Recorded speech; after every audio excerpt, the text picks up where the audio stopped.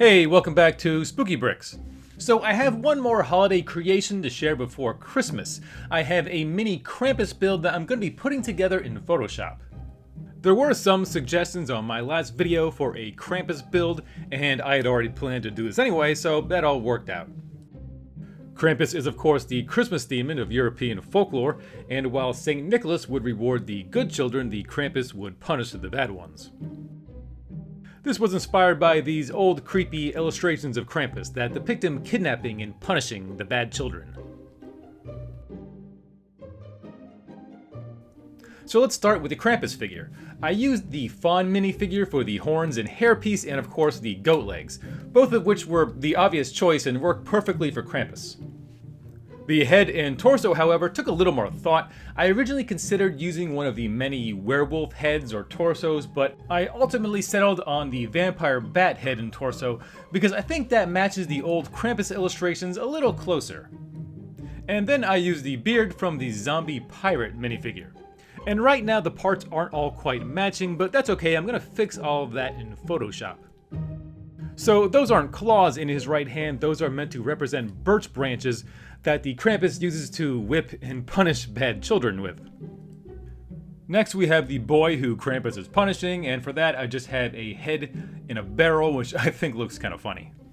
I also made a section of wood flooring made from printed wood tiles with a single stud for Krampus to stand on.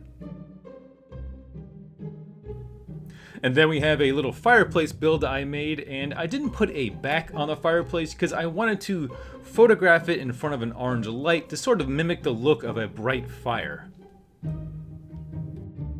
And then the last element is a Christmas tree. This isn't a tree that I designed myself, it's an official Lego build from a poly bag from a few years back.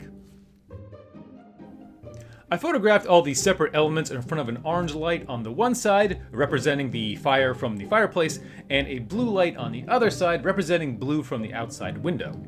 Orange and blue are complementary colors, so they go very nicely together. I took a whole bunch of pictures of every single element, and then just picked the ones that I think worked best. And finally, it was just a matter of bringing everything into Photoshop, cutting them up, and piecing them together.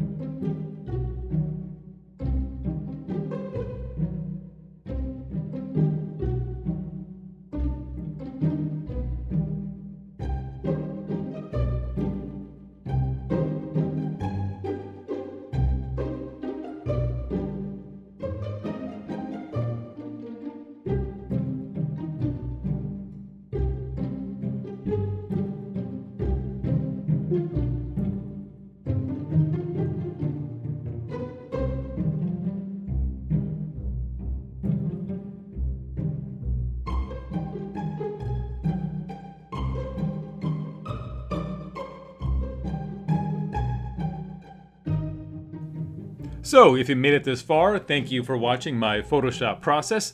I will be back in the new year with some more spooky builds, but until then, have a happy holiday.